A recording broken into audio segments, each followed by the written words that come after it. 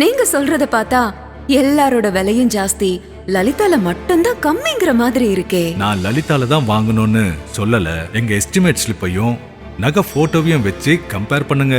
எங்க விலை கம்மியோ அங்க வாங்குங்க. எடப்பாடி சிஎம் ஆயிட்டா சசிகலாவோட கம்ப்ளீட் மூவ்மெண்ட்டை பிளாக் பண்ணிடுவார். ஜெயலலிதாவோட நினைவிடத்துக்கே சசிகலா வரக்கூடாதுன்னு முதலமைச்சராக இருக்கிறப்ப கட்டளையிட்டவர்.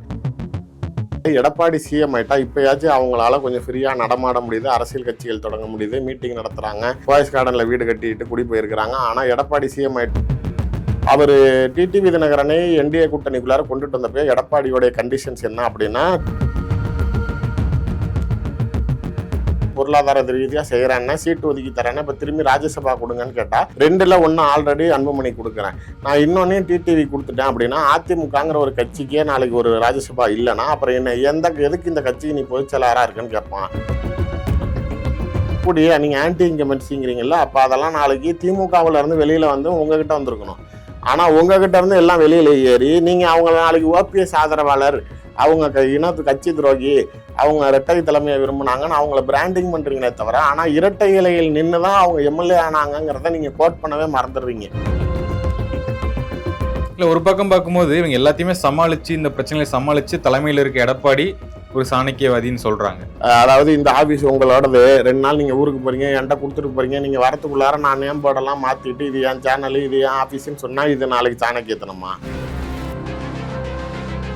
10 தோல்வி பழனிசாமி 11 தோல்வி பழனிசாமியா உருவெடுக்கும் போது பிஜேபி அந்த இடத்துல வேடிக்கை பார்க்குமான்னு கேட்டீங்க.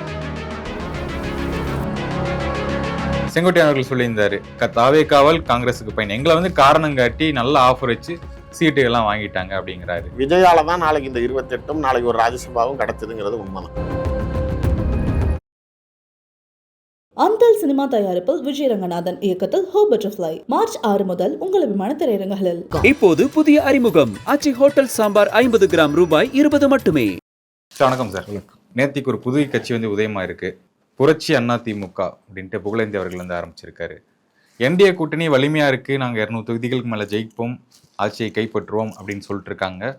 இன்னொரு பக்கம் வந்து இது பாஜகவுடைய தலைமையில இபிஎஸ் அவங்கலாம் ஒரு கூட்டணியில் இருக்காங்க அப்படின்றது, இவங்க கருத்து என்ன சார்? இல்லை, அதாவது வலுவான அதிமுக அமைந்தால் மட்டுமே மீண்டும் அதிமுக ஆட்சி அமைக்க முடியும். இது ஒன்லைன் ஸ்டேட்மெண்ட், இது டெல்லிக்கும் தெரியும். பட் ஆனால் அதை அவங்க ஒரு முயற்சி பண்ணுறாங்களே தவிர அதை அவங்களால முழுமையாக செய்ய முடியலங்கிறதை அவங்க ஒத்துக்கணும்.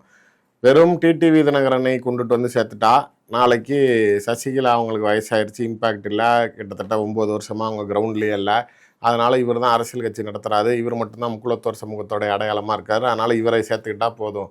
ஓபிஎஸ்ஐ பொறுத்த வரைக்கும் இப்போ அவர்னால ஒன்றுமே ஷோ பண்ண முடியல, கட்சியை கைப்பற்றி காட்டுங்கன்னு காட்டோம், அவர்னால முடியல, பொசிஷன் எடுக்க சொன்னோம், பவர் அவர்கிட்ட தான் இருக்குன்னு காட்ட சொன்னோம், ஆதரவாளர்கள் அவர்கிட்ட இருக்காங்கன்னு காட்ட சொன்னோம். இது எதுவுமே இயலாத பட்சத்தில் ஓ பன்னீர்செல்வம் நாளைக்கு டம்மி அப்படின்னு நாளைக்கு தவறான முடிவுகள் நாளைக்கு பிஜேபி எடுத்திருக்கிறாங்க. அதே மாதிரியான சில நிலையில் இந்த அதிமுகவை ஒன்றிணைக்க வேண்டும் அப்படின்னு குரல் கொடுத்தவர்கள்ல எடப்பாடி வேணான்னு தூக்கி எறியப்பட்டவர்கள் அடுத்த கட்ட நடவடிக்கையை எப்படி நோக்கி பயணிக்கிறதுன்னு தெரியாமல் செங்கோட்டையன் போல நாளைக்கு என்ன செய்கிறது, ஏன்னா அவங்களுக்கெல்லாம் 77 வயசாயிருச்சு, நீங்கள் பிஜேபியில் சொல்கிற மாதிரி இன்னொரு 5 ஆண்டு காலம் பொறுத்துருங்க, இந்த முறை முதல்ல எடப்பாடி ஆட்சி அமைக்கிட்டோம் அப்புறம் பார்த்துக்கலாம் அப்படின்னா, அதுதான் இன்னைக்கு சசிகலா அம்மையாரோடைய அரசியல் தொடங்கினதுக்கு காரணமும். எடப்பாடி ஆட்சி அமைக்கட்டும் பொறுத்துருங்க அப்படின்னாலே எடப்பாடி சிஎம் ஆயிட்டா இப்பயாச்சும் அவங்களால கொஞ்சம் ஃப்ரீயாக நடமாட முடியுது, அரசியல் கட்சிகள் தொடங்க முடியுது, மீட்டிங் நடத்துகிறாங்க, பாய்ஸ் கார்டனில் வீடு கட்டிட்டு குடி போயிருக்கிறாங்க. ஆனால் எடப்பாடி சிஎம் ஆயிட்டா சசிகலாவோட கம்ப்ளீட் மூவ்மெண்ட்டை பிளாக் பண்ணிடுவார். ஜெயலலிதாவோட நினைவிடத்துக்கே சசிகலா வரக்கூடாதுன்னு முதலமைச்சராக இருக்கிறப்ப கட்டளையிட்டவர் தான் மீண்டும் ஆட்சி கட்டில் ஏறிட்டா கம்ப்ளீட்டாக நம்மளை முடக்குவாருங்கிறது சசிகலாவுக்கு எந்த அளவுக்கு தெரியுமோ அதே அளவுக்கு எல்லாருக்கும் தெரியும்.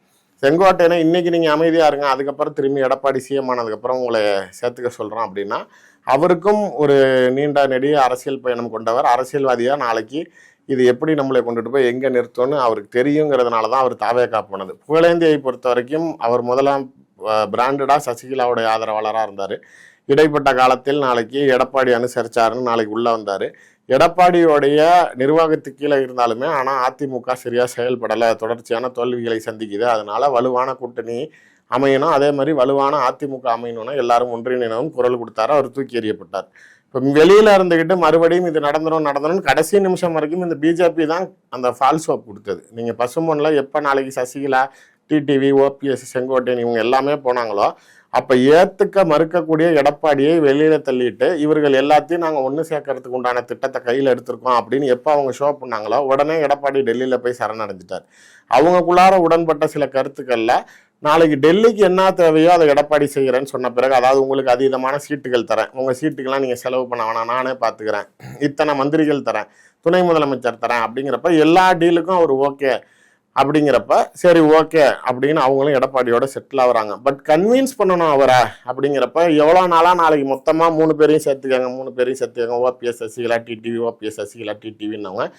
இப்போ செங்கோட்டையன் வெளியேறிட்டாரு, ஒரு விக்கெட் க்ளோஸ் ஆயிருந்துச்சு. அடுத்தது என்ன செய்யலாம்னு நினைச்சப்ப சரி 3மே வேணாங்கிறப்ப அவங்களுடைய ப்ரெஷர் தாங்க முடியலங்கிறப்ப ஒரே ஒருத்தரை மட்டும் அக்செப்ட் பண்ணிக்கிறேன், அதுவும் தனி கட்சி நடத்துறதுனால அவருக்கு எந்த நிலையிலும் அது பாதிப்பு கிடையாது. அவர் டிடிவி தினகரனை என்டிஏ கூட்டணிக்குள்ளார கொண்டுட்டு வந்தப்போ எடப்பாடியோடைய கண்டிஷன்ஸ் என்ன அப்படின்னா, டிடிவி தினகரனோ அவர் மனைவியோ அல்லது அவர் மருமகனோ மகளோ 4 பேருமே எம்எல்ஏக்கு எலெக்ஷன்ல சீட்டு கேட்கக்கூடாது. அப்படியா? ஆமா, நீங்க அப்பதானே அசம்பிளிக்குள்ளார வந்தா நாளைக்கு தேவையில்லாம நீங்க இருக்கிற எம்எல்ஏவெல்லாம் அவங்க பக்கத்து இழுப்பீங்க, ஏதாவது லாபி பண்ணுவீங்க. அதனால அசம்பிளிக்குள்ளார நீங்க வரக்கூடாது.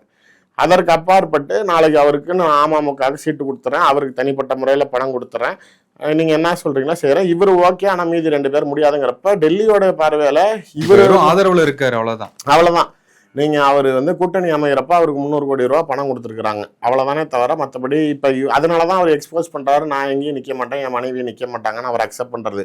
பட் இந்த ராஜ்யசபா தேர்தலை பொறுத்த வரைக்கும் திமுகல காங்கிரஸ் கூட்டணியோட குளறுபடிகள் இருந்துச்சு, அதனால லாஸ்ட் மினிட் வரைக்கும் அவங்க நாமினேஷனை டிலே பண்ணாங்க. பட் ஆனால் ஏடிஎம்கேல ஏன் நாளைக்கு டிஎம்கேல டிலே ஆனால் அதே அளவுக்கு ஏடிஎம்கேல டிலே ஆச்சு அப்படின்னா, பிரைம் மினிஸ்டர் வந்தப்ப டிடிவி தினகரனுக்கு ஒரு ராஜ்யசபா கொடுக்க சொல்லி எடப்பாடியை கட்டாயப்படுத்தியதாக சொல்றாங்க. அந்த சூழ்நிலையிலிருந்து அவர் மீண்டும் வெளியில வரத்துக்கு டெல்லிக்கு போய் மீண்டும் அமித்ஷாவை சந்திச்சு நான் உங்ககிட்ட என்ன சொன்னேன், நான் சேர்த்துக்கிறேன் ஆனா அதிகார பதவிகள் எதுவும் கேட்கக்கூடாது, ஆட்சியில் அமர்றதுக்கு எனக்கு உதவி செய்ய சொல்லுங்க, அவர் இருக்கட்டும், மற்றபடி நான் அவருக்கு என்ன தேவையோ பொருளாதார ரீதியாக செய்கிறேன்னா சீட்டு ஒதுக்கி தரேன்னா இப்போ திரும்பி ராஜ்யசபா கொடுங்கன்னு கேட்டால் 2ல் 1 ஆல்ரெடி அன்புமணி கொடுக்குறேன், நான் இன்னொன்னையும் டிடிவி கொடுத்துட்டேன் அப்படின்னா அதிமுகங்கிற ஒரு கட்சிக்கே நாளைக்கு ஒரு ராஜ்யசபா இல்லைன்னா அப்புறம் என்ன எதுக்கு இந்த கட்சிக்கு நீ பொதுச் செயலாளராக இருக்குன்னு கேட்பான் அப்படின்னு சில காரணங்களை அவர் எடப்பாடி போய் அமித்ஷாவிடம் பேசி தெளிவுபடுத்திய பிறகு, ஏன்னா பேச்சுவார்த்தை நடத்துறது எல்லாமே இவர்கிட்ட தான், நீங்க உங்ககிட்ட தானே பேசுனேன், நீங்க தான் இந்த டீலுக்கு அக்செப்ட் பண்ணீங்க, இப்போ திடீர்னு அவர் இதை செய்யுங்கிறாரு அப்படின்னு இவர் போய் திரும்பி மறு கோரிக்கை வச்சப்ப அவர் அமித்ஷா நான் மோடிஜி கிட்ட பேசிக்கிறேன், நீங்க காய் நகர்த்துக்குன்னு சொன்னதுக்கு அப்புறம் தான் இங்க தம்பிதுரைக்கும் அன்புமணிக்கும் மீண்டும் அறிவிப்பு வருது. அண்ணாமலையோடைய ஆதரவாளர்கள் ஆல்ரெடி எக்ஸ் தளத்துல எடப்பாடி டெல்லி கிளம்புறதுக்கு முன்னாடி டிடிவி தினகரனை இந்த பசுமொன்னுக்கு 100 கார்ல போவார் வேன்ல, அந்த வீடியோலாம் போட்டு பாட்சா பிஜிஎம் போட்டு 14+1 14+1 ராஜ்யசபா ஆகுறாரு, இவர் தான் அதிமுக கைப்பற்ற போறாரு, எடப்பாடிக்கு ஏற்ற அரசியல் தலைவர் இவர் தான், இவர்னாலதான் எடப்பாடியை வீழ்த்த முடியும், இவங்களே கொளுத்தி போட்டாங்க. இந்த ஒரு நெருடலான சிக்கலை எடப்பாடி வெளியில காட்டிக்காம காங்கிரஸ் திமுக கூட்டணி பிரச்சனையை கவனம் அங்க திருப்பிட்டு இதை ரொம்ப ரகசியமா தனக்குள்ளார வச்சுக்கிட்டாருங்கிறப்ப இவர்கள் நினைக்கக்கூடிய அந்த வலுவான அதிமுக ஒன்றிணைஞ்சிருச்சுன்னு பிஜேபி நினைச்சுக்கிறாங்க. பட் கிரவுண்ட் ரியாலிட்டியில நாளைக்கு அப்படி இல்லை. நீங்க கூடுதலாக 66 எம்எல்ஏக்கள் உங்க தரப்புற இருந்தவங்க, நீங்க அன்வர் ராஜா உங்களுடைய one of the MP candidate, ஒரு முஸ்லீம் இதை சேர்ந்தவர் ராம்நாடுல நாளைக்கு ஜெயிக்கிறாரு, அவர் ஒரு பக்கத்து ஒரு எக்ஸ்எம்பி வெளில போறாரு. மருதழக ராஜா ஆரம்ப காலத்து நமது எம்ஜிஆர்ல இருந்து நான் அம்மால இருந்து எல்லாமே அவர் தான் நாளைக்கு எழுத்தாசிரியர், அவருக்கு நாளைக்கு ஒரு தனிப்பெரும்பான்மையோட நாளைக்கு எழுத்து உலகத்தில் அவருக்குன்னு ஒரு தனித்துவத்தை பெற்றிருக்காரு. நீங்க மைத்ரேயன் அவர் உங்களுக்கு தெரியும், பிஜேபியில இருந்தாரு, ஏடிஎம்கேல இருந்தாரு, சீனியர் மெம்பரு, ராஜ்யசபா எம்பியா இருந்திருக்காரு. இப்போ ஓ பன்னீர்செல்வம், வைத்தியலிங்கம், மனோஜ் பாண்டியன், ஐயப்பன், இது மாதிரி எல்லாமே இவங்கெல்லாம் இரட்டை இலையில் நின்று ஜெயிச்ச சட்டமன்ற உறுப்பினர்கள். நாளைக்கு போய் இருக்கக்கூடிய நீங்க ஆன்டி இன்கமென்சிங்கிறீங்கல்ல, அப்ப அதெல்லாம் நாளைக்கு திமுகவுல இருந்து வெளியில உங்ககிட்ட வந்திருக்கணும். ஆனா உங்ககிட்ட இருந்து எல்லாம் வெளியில ஏறி நீங்க அவங்க நாளைக்கு ஓபிஎஸ் ஆதரவாளர், அவங்க இனத்து கட்சி துரோகி, அவங்க இரட்டை தலைமையை விரும்பினாங்கன்னு அவங்கள பிராண்டிங் பண்றீங்களே தவிர, ஆனா இரட்டை இலையில் நின்றுதான் அவங்க எம்எல்ஏ ஆனாங்கிறத நீங்க கோட் பண்ணவே மறந்துடுறீங்க. உங்கள் 66 அதாவது ஆட்சி பெரும்பான்மையை திமுக கைப்பற்றியது. அப்படி இருக்கிற ஒரு ரேர் ஃபியூ கேசஸ்ல ஜெயிச்ச எம்எல்ஏஸை உங்களை விட்டுட்டு உங்க பதவியை ரிசைன் பண்ணிட்டு டிஎம்கேக்கு போறாங்க அப்படிங்கிறப்ப அது உங்களுக்கு வீக்கர் பார்ட்டு தான். ஸோ நார்மலா இருக்கிற ஏடிஎம்கேவும் இன்னும் தேய்மானம் அடைஞ்சுக்கிட்டே இருக்குங்கிறது தான். பன்ருட்டி ராமச்சந்திரனும் நாளைக்கு அதிமுக ஒன்றிணைன்னு எதிர்பார்த்தவர், அவரும் இறுதிக்கட்ட தேர்தல் நேரத்துல அவங்க தனி கட்சி தொடங்குறாங்க. அதே மாதிரி எனக்கு தெரிஞ்சு புகழேந்தியோடைய கட்சியும் தொடங்குறது. எனக்கு தெரிஞ்சு இந்த கும்பல் எல்லாம் நாளைக்கு இணைந்து நாளைக்கு சசிகலா அவர்கள் தலைமையில விஜய் கிட்ட போறதுக்கு பயணிக்கிறாங்கிற மாதிரி தான் தோணுது. இவங்க எல்லாத்தோட பிளானுமே வந்து அவங்களுக்கு ஒரு சீட்டு வரணும் அப்படிங்கிறது தான். இல்ல அவங்க ஏடிஎம்கே எடப்பாடி வரக்கூடாது அப்படிங்கறதுல ரொம்ப தெளிவா இருக்காங்க. ஏன்னா இவங்க எல்லாத்துக்குமே ஒரு பெல்ட்ல அவங்க கொஞ்சம் பாஸா இருக்கிறாங்க. இப்ப பண்ருட்டி ராமச்சந்திரனுக்கு ஒரு பகுதியில, குறிப்பிட்ட பகுதியில அவருக்குன்னு ஒரு தனிப்பெரும்பான்மையோட ஒரு நல்ல செல்வாக்கு இருக்குது. சசிகலாவை பொறுத்த வரைக்கும் சவுத்துல ஒரு 30 சட்டமன்ற தொகுதியில அவங்களுக்குன்னு ஒரு வாய்ஸ் ஓவர் இருக்குது. இப்ப புகழேந்தியா இருக்கட்டும், அவர் நாளைக்கு என்னால ஒரு இம்பாக்ட் கிரியேட் பண்ண முடியும்னு நினைக்கிறப்ப உண்மையான அந்த அம்மா ஆட்சியை உருவாக்குவோம்னு இவங்க எல்லாம் தனி கட்சி ஆரம்பிக்கிறது. எடப்பாடி தலைமையில் ஒரு ஆட்சி உருவானால் அது அம்மா ஆட்சி கிடையாது. அதனால அதை வரவிடாம பண்றதுக்கு இப்ப 2021 டிடிவி தினகரன் தன்னை எப்படி மாறி தட்டிக்கிட்டாரு. நான் அமமுக சார்பாக வேட்பாளர்கள் போட்டப்ப அந்த வாக்கை பிரித்து அதிமுகவை ஜெயிக்க விடாம நான் நாளைக்கு திமுக ஆட்சி வரத்துக்கு நான் வழிவகுத்தேங்கிறாருல. இப்ப இதே வேளையில இவங்க அங்கங்க குறிப்பிட்ட பகுதிகளில் செய்யறதுக்கு திட்டம் திட்டுறாங்க. இல்ல, ஒரு பக்கம் பார்க்கும்போது இவங்க எல்லாத்தையுமே சமாளிச்சு, இந்த பிரச்சனையை சமாளிச்சு தலைமையில் இருக்க எடப்பாடி ஒரு சாணக்கியவாதின்னு சொல்றாங்க. இன்னொரு பக்கம் இவங்க எல்லாருமே வந்து வீழ்த்தணும் அப்படின்னு நினைக்கிறாங்க. அதாவது திமுகவில் இவரையே வீழ்த்தி நம்ம இது பண்ணிக்கணும்னு நினைக்கிறாங்க. எதனால, என்ன ரீசன்? இல்ல சாணக்கியத்தனம்னு இதை சொல்ல முடியாது. இதை பொறுத்த வரைக்கும் நம்பிக்கை துரோகம் தான் சொல்லணும். எல்லாத்துக்கிட்டையும் நாளைக்கு அதாவது இந்த ஆபீஸ் உங்களோடது, 2 நாள் நீங்க ஊருக்கு போறீங்க, என்கிட்ட கொடுத்துட்டு போறீங்க, நீங்க வரத்துக்குள்ளார நான் நேம் போர்டெல்லாம் மாத்திட்டு இது என் சேனல், இது என் ஆபீஸ்ன்னு சொன்னா இது நாளைக்கு சாணக்கியத்தனமா? இதுதான் அவர் செய்யறது. ஆனால் அந்த இடத்துல அவர் ஸ்டாண்ட் பண்றத பத்தி இது அதானே சார் அரசியல். கொடுத்த இடத்த தக்க வச்சுக்கிட்டாருல, நாளைக்கு அந்த பொசிஷன் எடுத்தாருல. இப்போ ஓபிஎஸ்னால 3 முறை முதலமைச்சராக இருக்க முடிஞ்சா, அவர் கட்சியோட ஒருங்கிணைப்பாளராகவே இருந்தாரு, கட்சி சின்னத்துக்கு உரியவராக இருந்தாரு, ஆனா அந்த கட்சியை கைப்பற்ற முடிஞ்சா அப்படிங்கிற இடத்துல எடப்பாடி ஸ்டாண்ட் பண்ணாலும், பட் பொலிட்டிக்கலி மக்கள் மத்தியில் நீங்கள் மக்களால் ஏற்கக்கூடிய ஒரு தலைவராக இருக்கிறீங்களா? தொடர்ச்சியாக இடைத்தேர்தல் ஆரம்பிச்சு உள்ளாட்சி தேர்தல் இருந்து நீங்க முதலமைச்சராக இருக்கிறப்ப வந்த தேர்தலையே நாளைக்கு 90% திமுக ஜெயிச்சது. அதுக்கப்புறம் அந்த தேர்தல் எல்லாம் 10 தோல்வி பழனிசாமின்னு சொல்ற மாதிரி ஒரு தேர்தலையும் உங்களுடைய சக்சஸ் ரேட்டே இல்லை. நீங்க நீதிமன்றங்களில் ஜெயிக்கிறீங்க, வழக்குகளில் ஜெயிக்கிறீங்க, பொதுச் செயலாளருக்காக ஜெயிக்கிறீங்களே தவிர அதுவும் முழுமையா எனக்கு எங்கேயும் தீர்ப்பு வந்த மாதிரி தெரியல. அந்தந்த சமயத்தில் பிஜேபியை அனுசரிச்சு நாளைக்கு நீங்க கோர்ட்ல நாளைக்கு உங்களுக்கு காடியெல்லாம் ஏதாவது நாளைக்கு ஜட்ஜ்மெண்ட் வாங்கிறீங்களே தவிர இவர் பிஜேபி கிட்ட போய் சரணடைகிறதுக்கு முன்னாடியே நீங்க மெட்ராஸ் ஹைகோர்ட்ல நல்லா கவனிச்சு பாருங்க, நியூஸ் கார்டு எடுத்து பாருங்க. கொடநாடு வழக்கில் எடப்பாடியை விசாரிக்க தடை இல்லை அப்படின்னு வருது. உடனே ஒரு கொஞ்சம் லைட்டா இறங்குறாரு, உடனே அடுத்த நாளே தடை, மறுபடியும் தடை இல்லை, மறுபடியும் தடை. 4 நாள் ஃபிளாஷ் நியூஸ் இதே ஓடிச்சு, மாறி மாறி வந்துச்சு. என்ன அப்படின்னா உங்களுக்கு ஒரு லாக் போட்டு வச்சிருக்காங்க, அவங்க எங்க ஃப்ரீஸ் பண்ணுமா பண்றாங்களே தவிர நீங்க அனுசரிச்சு இந்த காய் நகர்த்திக்கிறீங்களே தவிர மக்கள் மத்தியில். ஆனால் தேர்தலில் வெற்றி பெற்ற ஒரு அரசியல் கட்சி தலைவராகவோ இல்ல அதிமுகவின் பொதுச் செயலாளராக முதலமைச்சர் வேட்பாளராக உங்களை முன்னிறுத்தும் போது மக்கள் உங்களை அங்கீகரிக்கிறானா அப்படிங்கிறப்ப அது கேள்விக்குறி தானே. ஆக்சுவலா வந்து அவரை ஏன் நாளைக்கு வீழ்த்தணும் அப்படின்னு நினைக்கிறாங்க அப்படின்னா, நீங்க 2026 தான் லாஸ்ட் அட்டெம்ப்ட் ஆஃப் ஏடிஎம்கே இவரை வச்சு ட்ரை பண்றது. ஏன்னா 4 வருஷம் முதலமைச்சர் ஏடிஎம்கேக்கா சார், இபிஎஸ்கா? இபிஎஸ்க்கு. ஏடிஎம்கேங்கிறது இப்ப பிராண்டடா பொதுச் செயலாளரா அவர் தானே இருக்காரு. பிஜேபி இவங்க பின்னாடி இப்ப சப்போர்ட் பண்றாங்க, அவங்க எல்லாமே செஞ்சு கொடுக்கறது. 4 வருஷம் நீங்க முதலமைச்சரா இருந்த சூழ்நிலையில 21 தேர்தலில் உங்களை முழுமையா நம்பினாங்க. ஆனால் நீங்க 24ல அவங்க காலை வாரிட்டீங்க. அவங்களுக்கு எந்த தேர்தல் தேவையோ, எந்த நேரத்துல நீங்க பக்கபலமா இருந்திருக்கணுமோ, இன்னைக்கும் அவங்க நினைக்கிறது 15 எம்பி சீட்டு நாளைக்கு அதிமுக கூட இருந்திருக்கும்னு நினைக்கிறப்ப எந்த அளவுக்கு அண்ணாமலை மீது கோபம் இருக்குதோ, எந்த அளவுக்கு இன்னைக்கு அண்ணாமலையை ஃபீஸ் கட்டையை பிடிங்கி உட்கார வச்சிருக்காங்களோ அதே கோபம் எடப்பாடி மேலேயும் இருக்குது. அதை எப்ப காட்டணும் அவங்கிறத நேரம் அவங்களும் பார்த்துக்கிட்டு தான் இருக்காங்க. 26ல் உங்களை முன்னிலைப்படுத்துறதுக்கு காரணம், செங்கோட்டையனை முன்னிலைப்படுத்தலாம்னு நினைச்சது சில இடங்கள்ல அது கிரவுண்ட் ஒர்க் வேலைக்கு ஆகாது. அவர் பொருளாதார ரீதியா பிஜேபியை டிபெண்ட் பண்ணுவாரு, இவர் ஃபண்ட்ஸ் இறக்குறாரு, அண்ட் இன்னொருத்தரை புதுசா கொண்டாந்து ப்ரமோட் பண்ணா அது ஒர்க் அவுட் ஆகாது, இவரை வச்சே கொஞ்சம் கவர்மெண்ட் ஃபார்ம் பண்ற வரைக்கும் ட்ரை பண்ணுவோங்கிற ஒரு ஐடியால இறங்குறாங்க. நான் என்ன சொல்றேன், தவறான சில ஆலோசனைகள் குருமூர்த்தி மாதிரி ஆனா ஆட்கள் கொடுக்கறதுனால அவங்க சஜஸ்ட் பண்ணி இறங்குறாங்க. பட் ஆனால் என்ன ஆனாலும் சரி, ஒரு நல்லதை நினைச்சு இன்னமும் நீங்க சொல்ற மாதிரி அவங்க ஒரு 200 சீட்டு ஜெயிப்போங்கிற கான்பிடன்ஸ் லெவல்ல தான் இருக்காங்களே தவிர கிரவுண்ட் ரியாலிட்டியை புரிஞ்சுக்க மாட்டேங்கிறாங்க. ஆனால் 10 தோல்வி பழனிசாமி 11 தோல்வி பழனிசாமியா உருவெடுக்கும் போது பிஜேபி அந்த இடத்துல வேடிக்கை பார்க்குமான்னு கேட்டீங்கன்னா இதுக்கு மேல பழனிசாமியை கொஞ்சம் கூட அந்த இடத்துல உட்கார வச்சு வேடிக்கை பார்க்க மாட்டாங்க. அப்ப அடுத்த கட்டம் அவங்க 29 நோக்கி பயணிப்பாங்க. அப்ப யாரை வச்சு கொண்டுட்டு வந்தா சரி வரும் அப்படிங்கிறப்ப எந்த நிலையிலும் எடப்பாடி பழனிசாமி அதிமுகவின் பொதுச் செயலாளராக நீடிக்க மாட்டார். இப்ப இந்த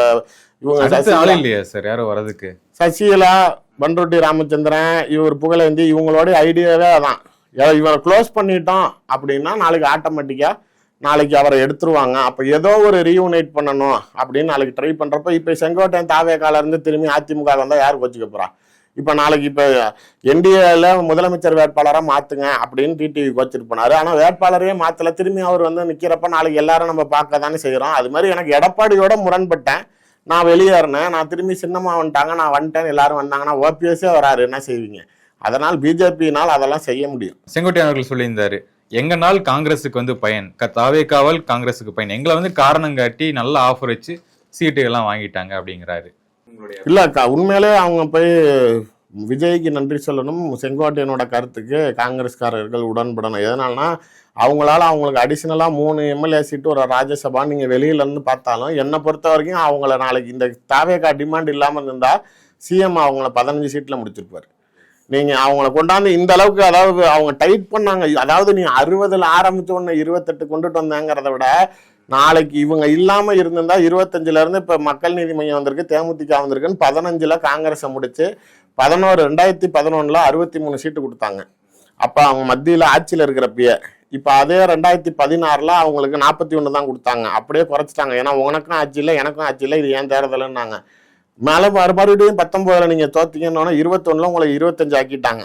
இப்போ திரும்பியும் நீங்கள் தோத்துருக்கீங்கிறப்ப உங்களை 15 ஆக்கியிருப்பாங்க. விஜயால தான் நாளைக்கு இந்த 28ம் நாளைக்கு ஒரு ராஜ்யசபாவும் கிடைச்சதுங்கிறது உண்மைதான். விஜய் அவர்களுடைய நேற்று தஞ்சையில் நடந்த அவருடைய நிர்வாகிகள் சந்திப்பு கூட்டம் நீங்க பார்த்துருப்பீங்க. சொல்லியிருந்தாரு, அடுத்த ஜென்மத்திலேயாவது நான் விவசாயிகளின் மகனா பிறக்கணும் அப்படின்னா தஞ்சை மக்களுக்கு சில திட்டங்கள்லாம் நான் அறிமுகப்படுத்த போறேன்னா சொல்லிட்டு இருந்தேன். அந்த மொத்த ஸ்பீச்சுக்கும் உங்களுடைய கருத்து என்ன சார்? இல்லை, யூஸ்வல் டைலாக் டெலிவரி, சம்மரி, நாளைக்கு 4 பஞ்சு டைலாகு. ஒரு படம் பார்ப்பதப்ப எப்படி எல்லாரோட எதிர்பார்ப்பும் ஒரு சண்டை காட்சி, ஒரு காதல் காட்சி, 6 பாடல் அப்படின்னு ஒரு ரொட்டீன் பேட்டர்ன் இருக்குமோ, அவரோட மேடை பேச்சுகளில் வேறு எதுவும் புதுமையாக இருக்கிற மாதிரி எனக்கு தெரியல. எல்லா மேடை பேச்சை விட எனக்கு தெரிஞ்சு நாளுக்கு நாள் அவருடைய பேச்சில் அந்த வேகமும் அந்த கண்டென்ட்டும் குறைஞ்சிக்கிட்டே வருது. அதாவது இப்போ நீங்கள் டீகோட் பண்ணணும், வாங்க உட்காந்து பேசுங்க அப்படின்னால என்னடா பேசுறதுங்கிற அளவுக்கு யோசிக்கிற அளவுக்கு, அதாவது புகழ்ந்து பேசணும்னா கூட சொல்கிறேன், நம்ம விமர்சனம் பண்ணுறதுக்குன்னு இல்லை, ஒரு ப்ளஸ் ஃபேக்டராக அவரோட ஸ்பீச்சை பேசுறதுக்கு கூட கண்டென்ட் எனக்கு தெரிஞ்சு தயவு செய்து இந்த வீடியோ வந்து விஜயோ ஆதவர்ஜனா பார்த்தா உங்கள் கண்டென்ட் ரைட்டரை மாற்றுங்க அப்படின்னு தான் சொல்லுவேன்.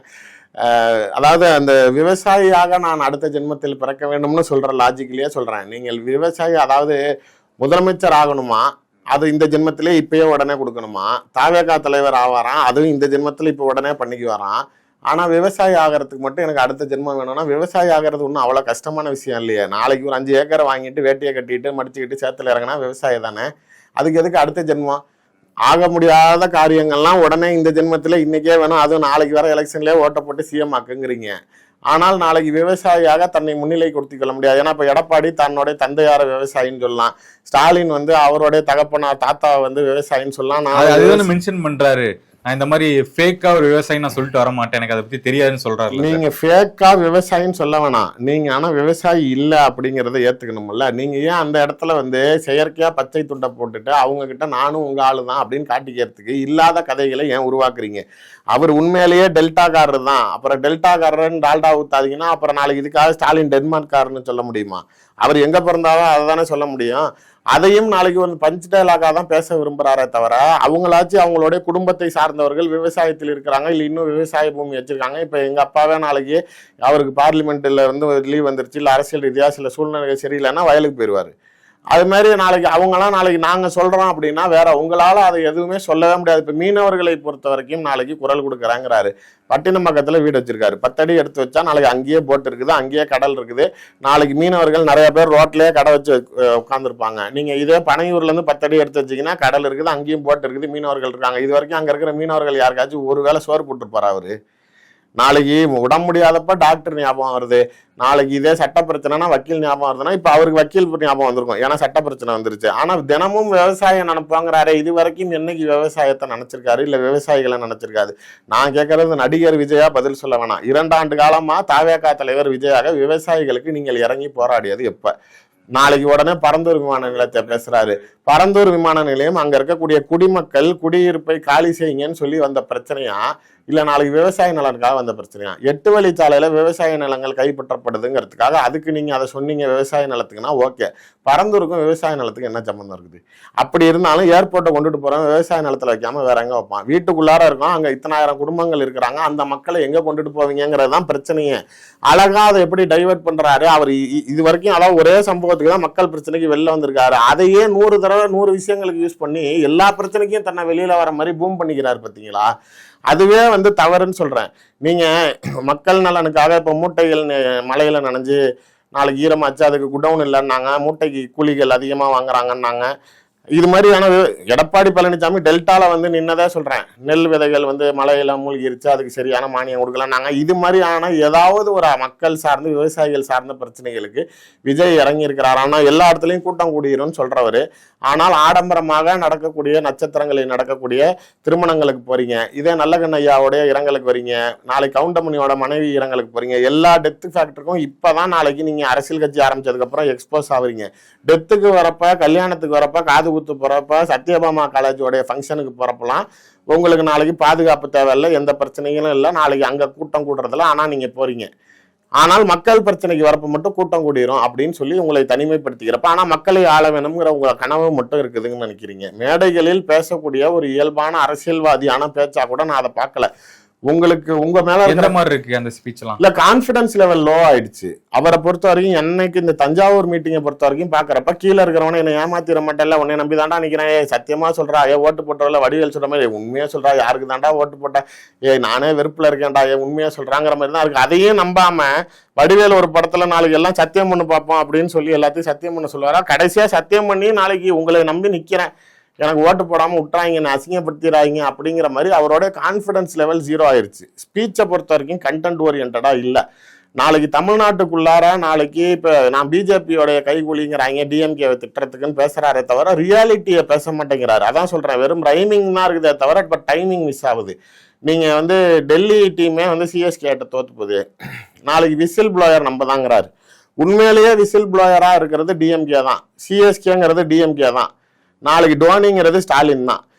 டெல்லியை தமிழ்நாட்டுக்குள்ளாம வராம விடாம தோத்து போறது அப்படிங்கிறப்ப, இன்னைக்கு இருக்கிற சிஎஸ்கே டீமுங்கிறது டிஎம்கே தாங்கிறப்ப, தமிழ்நாட்டுக்குள்ளார அந்த கட்சி ஊடுருவ முடியாம இருக்கிறதுக்கு முழுமையான காரணம் திமுக. அதான் கேக்குறாருல சார், இப்ப ஏன் தமிழ்நாடு வெர்சஸ் டெல்லின்னு சொல்றீங்க, டிஎம்கே வெர்சஸ் டெல்லின்னு ஏன் சொல்றீங்க கேக்குறாரு. அதுதான் சார், அதை கூட புரியாம அதுதான் நான் சொல்ல வர்றது. இப்ப மகாராஷ்டிரால நாளைக்கு பிஜேபி உள்ள போறாங்க, சிவசேனாங்கிற ஒரு கட்சியை டேக் ஓவர் பண்ணிட்டா, அவங்ககிட்ட நீ சிஎம்மா இருப்பான்னு சொல்லி ஏக்நாத் சிண்டே ஆக்கிட்டு மெதுவா நான் ஊடுருவி அவனை டெப்டி சிஎம் ஆக்கிட்டு தேவேந்திர பட்னாவிஸை சிஎம் ஆக்கிட்டு இப்ப நாளைக்கு மகாராஷ்டிரா பிஜேபி ஆளு மாநிலமா மாத்திட்டான்.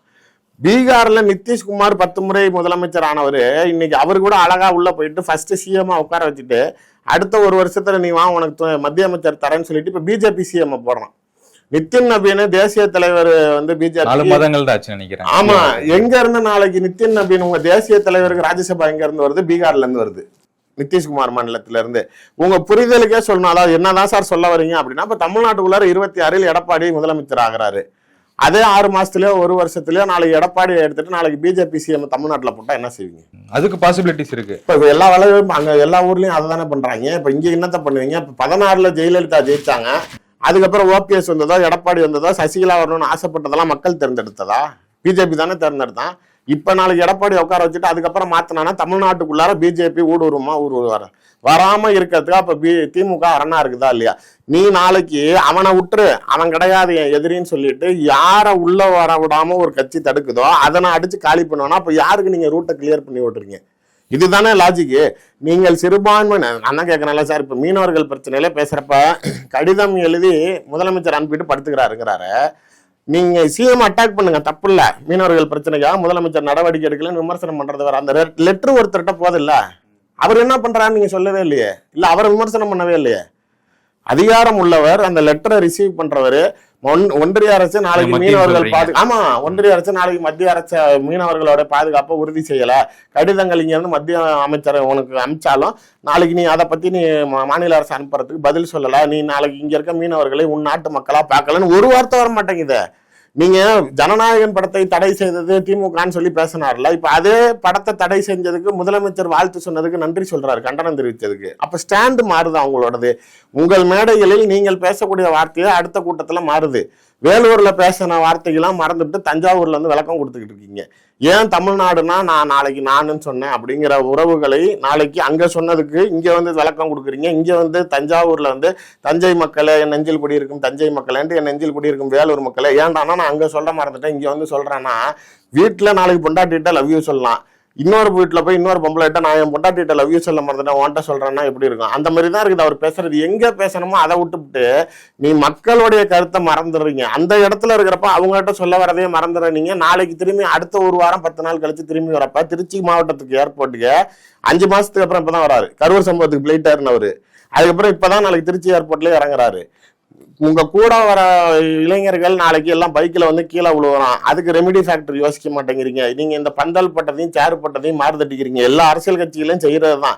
அதை நீங்க செய்யாம இருந்ததுனாலதான் வெயில்ல மயக்கம் போட்டு உயிரெல்லாம் எல்லாம் செஞ்சான். திரும்பி ஒரு தடவை ஒரு உயிரை கொடுத்தாதான் நாளைக்கு உங்களுக்கு அதை திருத்திக்குவீங்க. அப்படின்னா உங்களை நாளைக்கு எத்தனை உயிரை கொடுத்து நாளைக்கு திருத்துறது? இதுக்காக நாளைக்கு இங்க தமிழ்நாட்டு மக்கள் இருக்கிறான்னு கேட்க தோணுது. சார், இதெல்லாம் தாண்டி இப்போ இந்த ஆன்டி இன்குமென்சி இருக்கு, மக்கள் வந்து கொஞ்சம் வெறுக்கிறாங்க, அவங்களுக்கு ஒரு அதிருப்தி இருக்கு அப்படிங்கிற ஃபேக்டர் வந்து போயிட்டு தான் இருக்கு.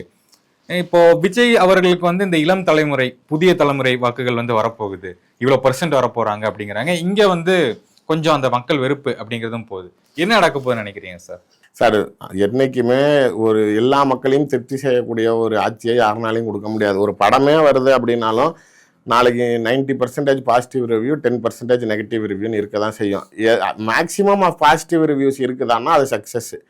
நெகட்டிவ் ரிவ்யூஸ் கம்மியாக மைனாக இருந்துச்சுன்னா அது ஃபெயில். அவ்வளோதான். இது பொறுத்த வரைக்கும் இந்த 10% வாக்கு திமுக ஆட்சி மீது அதிருப்தி இருக்குதானா இருக்க தான் செய்யுது. அந்த வாக்கு நாளைக்கு அதிமுகவுக்கு போகுமான்னா அதுதான் இங்கே இல்லை. ஏன்னா அதிமுகவை யாரும் மாற்றா பார்க்கல. அதனால அந்த வாக்கு விஜய்க்கு போகும். அதுக்கு அப்பாற்பட்டு சிறுபான்மையினர் வாக்குன்னு அவங்களா தன்னை பிராண்டிங் பண்ணிக்கிறாங்க. முஸ்லிம்ஸ் கம்ப்ளீட்டா விஜய்க்கு எகேன்ஸ்டா இருக்காங்க. யாருமே 0% முஸ்லிம்ஸ் யாரும் அவங்களை ஆதரிக்கிறது இல்ல. அவங்க அந்த திரையே அவங்களுக்கு அவங்களுக்கு அது வந்து பார்க்க மாட்டாங்க. அதுவும் திரைத்துறையிலிருந்து வர ஒரு நடிகரை ஆதரிக்கிறதுங்கிறத அவங்க இஸ்லாத்துக்கு எதிரான முறைங்கிறாங்க. அவருடைய அவங்க நிறையா சொல்கிறாங்க. அதாவது இந்த குடிப்பழக்கம் இருக்கக்கூடாது, அது மாதிரி மனைவியோட ஒத்து வாழணும், குடும்பம் முக்கியம்னு நினைக்கிறேன். இது எந்த ஒரு தனிப்பட்ட முறையிலும் அவருடைய தனி மனித ஒழுக்கம் இல்லாமல் இருக்கிறப்ப நாம் போய் பேசினோன்னா என்ன ஜமாத்தை விட்டு தள்ளி வச்சுருவாங்க அப்படிங்கிற மாதிரியான பார்வை. அதனால தான் நாளைக்கு நிறைய பேர் அவரை ஆதரிக்க விரும்பலை. 0% முஸ்லீம் ஓட்ஸ் போகாது. அது மாதிரி இந்த ரோமன் கேத்தலிக்கு சிஎஸ்ஐ வந்து இவங்க இந்த பிஷப்ஸ் இந்த டயஸ் அதெல்லாம் செட்டிங் பண்ணி தன்னை பிராண்டிங் பண்ணுறாங்களே தவிர, பட் அங்கே இருக்கக்கூடிய மக்கள் 1000 தான் பிஷப்போ டயஸோ சொன்னாலுமே பர்சனலாக அவங்க பார்வையில் இவன் ஏன் பிஜேபியை திட்டவே மாட்டேங்கிறான், இவன் ஏன் அவனை அட்டாக் பண்ண மாட்டேங்கிறான், அப்போ இவன் உண்மையிலே எல்லாரும் சொல்கிற மாதிரி இவன் ஆமாலா அப்படிங்கிற ஒரு கேள்வி அவருடைய நடவடிக்கைகள் அவரை உணர்த்துது. நீங்க சொல்ற அந்த சார் பேச முடியும், இங்க ஆளும் கட்சி தானே சார் திட்ட முடியும் சார். நீங்க அதாவது பிஜேபியை விட்டு எடப்பாடி வெளில வந்தப்ப பிஜேபியை திட்டினாரா இல்லையா? Simple question. பிஜேபியை விட்டு வெளில வந்தப்ப எடப்பாடி திட்டினாரா? டிடிவி பிஜேபி கூட்டணி போறதுக்கு வரைக்கும் பிஜேபியை திட்டினாரா இல்லையா? இங்க நெசசரி நீங்க காங்கிரஸை பேச வேணா, அது ஆட்சியிலேயே இல்லைன்னு சொல்லிட்டு போகலாம். இல்ல கூட்டணிக்கு வருதுங்கிறதுக்காக அமைதி காத்தீங்க. இவ்வளவு நாள் ஏடிஎம்கே பேசாம இருந்தீங்க. அதுதான் நான் கேட்கறது. இவங்க பொலிட்டிக்கலா பிளே பண்றாங்கிறதுக்கு பச்சையான ஒரு எடுத்துக்காட்டு. ஏடிஎம்கே இவ்வளவு நாள் திட்டாம இருந்தீங்க. இன்னைக்கு டோர்ஸ் க்ளோஸ், அலைன்ஸ் வராதுன்னு தெரிஞ்சதுக்கு அப்புறம் ஏடிஎம்கே வச்சுக்கிட்டு சாத்துன்னு சாத்துறீங்கிறப்ப அப்ப ஏதோ ஒரு காரணத்தினால தானே யாரையோ பேசாம இருந்தீங்க. இப்ப ராகுல் காந்தி வருவாருன்னு காங்கிரஸ் பேசாம இருந்தீங்க. இப்ப திமுக கன்ஃபார்ம் ஆயிடுச்சு, இவங்க ராகுல் காந்தி திட்டுவாங்க. அப்ப காரண காரியத்துக்காக சில அரசியல் கட்சிகளை விமர்சனம் செய்யாம இருக்கிற நீங்க, ஆனா பிஜேபியை நீங்க விமர்சனம் செய்யாம இருக்கிறப்ப அதுல என்ன காரணம்னு யோசிக்க தோணுமா இல்லையா? சம்பந்தப்பட்ட அதாவது சிறுபான்மை மக்களின் ஆதரவாக இருக்கக்கூடிய திமுக அந்த கட்சியை நீங்க காலி பண்ணுவேங்கிறீங்க. நாங்க சிறுபான்மை மக்களின் அடையாளம் தன்னை விஜய் முன்னிலைப்படுத்துகிறார். அந்த மக்கள் உன்னை நம்பணுமா வேணாமா? உன்னோடைய கேரக்டரோ, ஒரு பொண்ணை கட்டி கொடுக்குறான், அந்த மாப்பிள்ளையோட நடவடிக்கையோ இல்லை அவருடைய வேற போட்ஸோ இல்லை என்ன எதுன்னு பார்ப்பான். இல்லை நான் ஓட்டு போட போறேன், நீ அதுக்கு தகுதியானவனான்னு அவன் அனலைஸ் பண்றப்ப இவரோட நடவடிக்கைகள் அவர்களுக்கு நம்பகத்தன்மையாக இல்லை.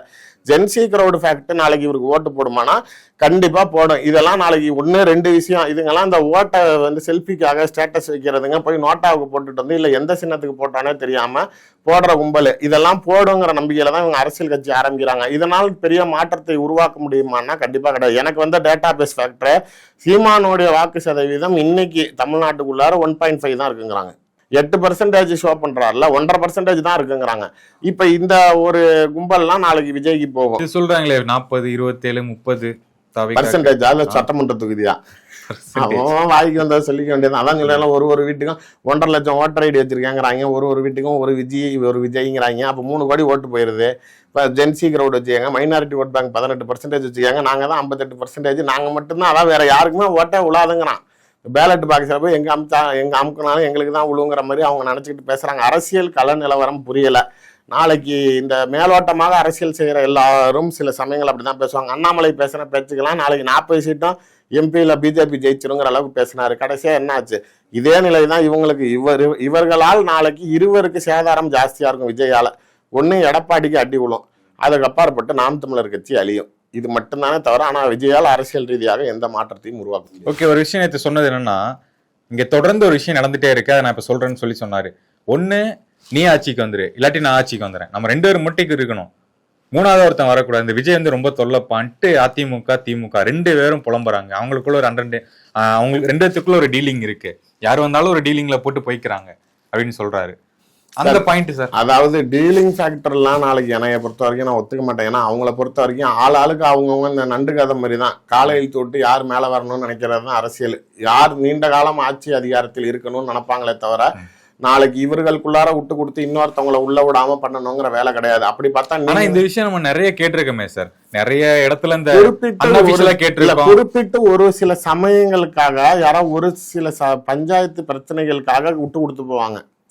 மற்றபடி மொத்தமா ஆட்சி அதிகாரத்தையே விட்டு கொடுக்க மாட்டாங்க. நான் சொல்றது வந்து ஏதோ இப்போ ஒரு அரசியல்வாதியோடைய மகன் ஏதோ ஒரு பிரச்சனை மாட்டிக்கிறாரு, அந்த முக்கியமான அரசியல் தலைவர் முதலமைச்சர்கிட்ட ஃபோன் பண்ணி எனக்காக அரசியல் ரீதியாக நீங்கள் என்ன வேணாலும் பண்ணுங்க, என் பையனை விட்டுருங்க அப்படின்னாங்கன்னா அந்த ஒரு கேட்டசியில் விடுறாங்கல்ல, அதுக்கு உடனே நீங்கள் அதை பிராண்டிங் பண்ணுறீங்க. அது வந்து சில அரசியலில் குடுக்கல் வாங்கல்கள் இருக்க தான் செய்யும், அது நம்ம இல்லைன்னு சொல்ல. பட் ஆனால் இன்னொருத்தனை விட்டுறக்கூடாதுன்னு கம்ப்ளீட்டாக இவங்க டைப் பண்ணிட்டு செய்கிறாங்கிறது கிடையாது. அப்படி பார்த்தா நாளைக்கு விஜயும் பிஜேபியும் அண்டர் கிரவுண்ட் டீலிங்கில் தான் இந்த திராவிட கட்சிகள் இல்லாத. ஏன்னா இப்போ நீங்கள் பிஜேபியோட ஸ்டாண்டை யோசிச்சு பாருங்களேன். இப்போ அவங்க ஏதோ ஒரு இடத்துல தமிழ்நாட்டுக்குள்ளார கால் ஒண்ணுன்னா ஒன்று திமுக கூட ஆட்சியில இருந்து அதிமுகவை எதிர்க்கணும், இல்லை அதிமுக கூட ஆட்சியில இருந்து திமுகவை எதிர்க்கணும். இதுக்கு அப்பாற்பட்டு தனியா இருக்கிறதுக்கு இப்போ பிஜேபி அண்ணாமலை ட்ரை பண்ணாரு, ஒன்றும் செயல்படுகல. அப்ப இன்னொரு திராவிட கட்சியை எதிர்க்கிறதுக்கு நீங்க இன்னொரு திராவிட கட்சி சித்தாந்தத்தோட இருந்துதான் இங்க தமிழ்நாட்டில் அரசியல் செய்ய வேண்டிய நிலையில இருக்கே தவிர, ஆனால் விஜயை வளர வச்சுட்டா விஜய் கூட வச்சுக்கிட்டு இந்த 2 திராவிட கட்சிகளையும் ஈஸியா அழிச்சிடலாம் அப்படிங்கிறதுக்காக இவர் விஜயோட இந்த டைப்ல தான் பிஜேபி எதிரிலாம் சொல்லிட்டு இருக்காரு சார். அட்டாக் பண்ணவே மாட்டேங்கிறாரு. எங்க என்ன பேசினாரு? நீங்க ஃபர்ஸ்ட் ஓப்பனிங் மீட்டிங்ல தாமரையிலேயே தண்ணி விட்டா தமிழ்நாட்டு மக்கள் எப்படி ஓட்டுவாங்கனாரு. ஏன்ஜி உங்களுக்கு மோடிஜி தமிழ்நாடுனாலே அலர்ஜின்னாரு, சிறுபான்மை மக்கள்லாம் உங்களுக்கு ஏன் ஆக மாட்டேது, இந்துத்துவா கொண்டுட்டு வரீங்கன்னாரு. இதெல்லாம் ஃபர்ஸ்ட் மீட்டிங்ல பேசினது. After all the CBI enquiry, இந்த ஜனநாயகன் பட பிரச்சனை, இதுக்கப்புறம்லாம் நாளைக்கு பிஜேபிங்கிற வார்த்தையே வாயில வரமாட்டேங்குது. தாவேக்கா இல்லைன்னா திமுக வரல. இப்ப நேற்றுக்கு தஞ்சாவூர் மீட்டிங்ல அந்த டயலாகே வரல. ஏன்னா நடுவுல ஒரு சூழ்நிலையில தாவேக்கா திமுக பிஜேபி மற்றும் பலருங்கிறாரு. நாம் தமிழர் கட்சி நீங்க டம்மி பண்றீங்க ரைட்டு, ஏடிஎம்கே டம்மி பண்றீங்க ரைட்டு. ஆனா எதுவா இருந்தாலும் போட்டி 2 பேத்துக்கு நடுவுல தான். நீங்க அப்புறம் திடீர்னு எப்படி 3ஆவதா ஒரு கட்சி வருது? ஏன்னா அந்த படத்துல சொல்ற மாதிரி தான் அடி வலி, அது வேற டிபார்ட்மெண்ட் அப்படிங்கிற மாதிரி. நீங்க பிஜேபிக்கு ஏதோ ஒரு இடத்துல சாஃப்ட் கார்னரிங்க. சாரி, அவங்க வந்து அரசியல்ல இதுவரைக்கும் விமர்சனம் பண்ணாமல் இருந்த சில கட்சிகளுக்கெல்லாம் ஏதோ ஒரு ஆதாயத்தோட தான் பண்ணாம இருந்திருக்காங்க. அந்த ஆதாயம் நடக்கலன்னு விமர்சனம் பண்றாங்க. எந்த இடத்துலயும் ஆனா நீங்க பேச மாட்டேங்கிறீங்க. இங்க இருக்கிற எந்த கட்சியும் பிஜேபியை விமர்சனம் செய்யாமல் இல்லை. நீங்கள் சிறுபான்மை மக்களின் தன்னை முன்னிலைப்படுத்திக் கொள்ளக்கூடிய விஜய் கண்டிப்பாக பிஜேபியை பேசணும்னு சிறுபான்மை மக்கள் எதிர்பார்க்கலாம். விடுதலை சிறுத்தைகள் பிஜேபி விமர்சனம் பண்ணுது, கம்யூனிஸ்டுகள் விடுதலை சிறுத்தைகளை விமர்சனம் பண்றான், வேல்முருகன் பண்றாரு, மதிமுக வைகோ பண்றாரு, திமுக பண்ணுது, அதிமுக எடப்பாடி வெளில இருந்து வந்தப்ப பண்ணாரு. நாளைக்கு எல்லாம் டிடிவி தினகரன் பண்றாரு, அன்புமணி ராமதாஸ் மோடியை திட்டிருக்காரு, பிஜேபியை திட்டிருக்காரு. யாருங்க தமிழ்நாட்டுக்குள்ளார பிஜேபியை விமர்சனம் செய்யாமல் திமுக மட்டும் பண்ணது. இப்ப இவர் ஏதோ பெரிய தியாகி மாதிரி பேசுறாரு. இவர் ஏன் டச் பண்ண மாட்டேறாரு, அதை ஏன் பேச மறுக்கிறாரு? அப்ப அவர் அந்த ஐடியாலஜியோடயோ இல்ல அந்த கட்சியோடய உடன்படிக்கையில இருக்காரு, அவ்வளவுதானே கேள்வி. இந்த களம் வந்து கொஞ்சம் புதுசா இருக்கு அப்படின்னு சொல்லணும். ஏன்னா நிறைய புதிய கட்சிகள் இருக்காங்க, 2-3 பேர் கிட்டத்தட்ட வந்திருக்காங்க. என்டிஏ கூட்டணி, இந்தியா கூட்டணி கிட்டத்தட்ட ஆல்மோஸ்ட் கன்ஃபார்ம் ஆயிட்டு வந்துட்டு இருக்கு. விஜய் புதுவர விஜய் அப்படிங்கும்போது சீமான் அவர்கள் என்ன ஆக போது, உங்களுடைய கணிப்பு என்னவா இருக்கு? அதாவது விஜயும் சீமானும் தனித்து இருக்கிறார்கள்னு சொல்றதை விட அவங்க தனித்து விடப்பட்டிருக்கிறார்கள். எந்த கட்சியும் நாளைக்கு அவங்க கிட்ட போல பெரிய ஆஃபர்ஸ். சீமான் அவர் வந்து எப்பவுமே தனியா சார், ஏன்னா வழியில வாய்ப்புட்டு கூப்பிட்டாலும் வரமாட்டாங்க. அவராச்சு நாளைக்கு ஏதாவது ஆட்சி அதிகாரத்துல பங்கு தரேன்னு வெளியில சொல்லி அசிங்கப்பட்டு கிடக்காரு. சீமான்லாம் எந்த சூழ்நிலையிலையும் யாருமே ஒரு மைனாரிட்டி ஒரு முஸ்லீம் கட்சி கூட போய் நிக்காது. அப்படிங்கிறப்ப அவரை பொறுத்த வரைக்கும் கூப்பிட்டா வரமாட்டாங்கன்னு தெரியும். அதனாலதான் அவர் அந்த ஷோ பண்றாரு தவிர இவர்கள் 2 இடையில என்டிஏ எல்லாம் கூப்பிட்டாங்க. ஆமா, என்டிஏ கூப்பிட்டாங்க. இப்ப என்டிஏ இல்ல ஏடிஎம்கே கூப்பிட்டாங்க. பிஜேபி கிட்ட எடப்பாடி போய் சேர்றதுக்கு முன்னாடியே அவர் பிளான் பண்ணது விஜய், நாம் தமிழர் கட்சி, அன்புமணி, ஏடிஎம்கே இந்த 4 தான் பிஜேபியை கழட்டி விட்டு பிளான் பண்ணாரு. அவங்க அந்த வடிவேல் காமெடியில வர மாதிரி கடைசியா ஒருத்தன் கத்தியை வச்சு கூப்பிட்டு போயிடுவான், யாரா அவன் கேட்டா அவங்க தாங்க ஒரிஜினல் புருஷங்க வாங்கல. அது மாதிரி பிஜேபி வந்து அவரை கடத்திட்டு போயிருச்சு. இவங்களுடைய பிளான் சினாரியோங்கிறது அதுதான் பிளான் பண்ணாங்க. இவங்க 2 பேரை பொறுத்த வரைக்கும் தனித்து நிற்பதனால் சீமானை பொறுத்த வரைக்கும் உங்களுக்கு தெரியும், அவர் களம் கண்டு நாளைக்கு அரசியலில் ஜெயித்து மக்கள் தலைவராக வர வேணும்னு நினைக்கிறவர் முதல்ல அவர் தான் போருக்கு முதல்ல ஆளாக நிற்கணும். அவர் களம் காணணும், அவர் ஜெயிச்சு காட்டணும். இப்போ எல்லா அரசியல் கட்சி தலைவர்களும் கட்சி ஆரம்பிக்கிறப்ப முதல்ல அவங்க நின்று நாளைக்கு மற்றவர்கள் தோத்தாலும் நான் ஜெயிக்கணும்னு நினைப்பாங்க. திருமாவளவன் தான் நிற்கிறாரு, அன்புமணி தான் நிற்கிறாரு. எந்த அரசியல் கட்சி தலைவர், கமலஹாசன் நாளைக்கு யாரா இருக்கட்டும், யார் நின்னாலும் அவங்க ஒரு ஷோ ஃபேக்டரா இருக்காங்க. விஜயகாந்த் கட்சி ஆரம்பிக்கிறப்ப தான் நின்னாரு, அதில் ஜெயிச்சாருங்கிறப்ப சீமான் என்னைக்கும் அந்த லாபியை தெரிஞ்ச யாரும் எலெக்ஷன்ல நிற்க மாட்டாங்க. சாட்டை துறைமுருகன் அழகா நேக்கா கேண்டிடேட்ல இருந்து வெளியில போறா. அப்படி அதே மாதிரி சீமான் நாளைக்கு வெளியில போறாரு. மற்ற விஷயங்களுக்கு நீங்க கையல்வெளியை கொண்டாந்து நிப்பாட்டுறீங்க, ஆனா வேட்பாளர் பட்டியல்ல நாளைக்கு மனைவியை கூட நிறுத்த மாட்டேங்கிறீங்கிறப்ப ஏன் அந்த சேஃப் பிளே பண்றீங்க அப்படின்னா, உங்களுடைய அரசியல் முழுக்கவே வாக்கை பிரிப்பதற்கு அரசியல் கட்சிகளிடம் இருந்து போனி செய்வதுதான் அவருடைய பேட்டர்ன். அதனால என் பொழப்பு நல்லா போகுதுப்பா, நான் ஆட்சிக்கு வரணும், நான் கட்சி நடத்தலைங்கிற பேட்டர்ன்ல அவர் இருக்காரு. விஜயை பொறுத்த வரைக்கும் அவர் நாளைக்கு இந்த தேர்தலில் முதலமைச்சர் ஆக முடியாதுங்கிறத அவருக்கு தெளிவா தெரியும். ஆனால் திமுக கூட்டணியை உடைத்து திமுகவை பலவீனப்படுத்த வேண்டும்ங்கிறது தான் அவருடைய அஜெண்டாவா இருந்துச்சு. இறுதி நிமிடம் வரைக்கும் அது அவருக்கு கை கொடுக்கல. முதலமைச்சர் வந்து அதை அழகா பிளே பண்ணியிருக்காருங்கிறப்ப இப்ப விஜய் தனித்து நிக்கிறப்ப நீங்க சொல்ற மாதிரி இந்த கண்மூடித்தனமாக நான் பொண்டாட்டியா கூட போவேன் அப்படின்னு சொல்லக்கூடிய அந்த கண்மூடித்தனமான கூட்டமும் அவருக்கு வாக்களிக்கும்.